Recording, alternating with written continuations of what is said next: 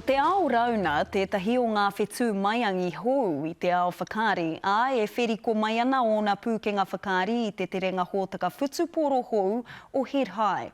I toro atu a te rina kōwhai ki te kai whakaari no te tai rāwhiti me te pātai ki tana huarahi ki te ao Pauaka Whakaata.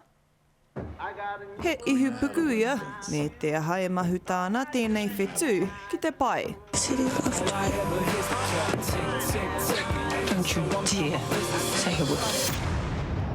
He oi koe nei tana putanga tuatahi hei kai whakaari ki te pai i te ao Pauaka Whakaata mo te hōtaka hou, arā, ko Head High. I've done I don't know how many auditions, and then one day I finally got the call back saying, hey, we'd love to do a callback, and it was just a little bit shocking that they wanted me to be a 15-year-old, because I was like, I'm not young enough for that. I don't know if that's going to work. E rua te kaumawha tōna pakeke, ai aro ana ia ki ona ke whiako hei whakatinana i tōna tua wahine.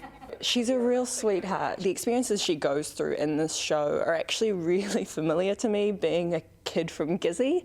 They're really similar to a lot of experiences that a lot of kids go through. I whakangungu ia I roto I te whare tapere pūoro, engari ka neke ia ki te ao whakaari.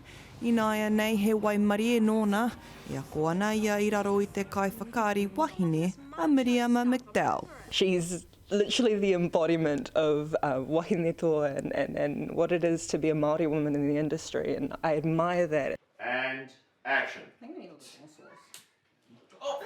Me te aha, Māori ake nei tana noho ki te taha o tōna whānau whakaari. There's a lot of tikanga and whakawhanangatanga and aroha, so much practice that I don't know, I didn't know if it was a part of TV and film because I myself haven't always seen that portrayed on New Zealand television, but in this production it was there and it was just such a magical experience to be part of that.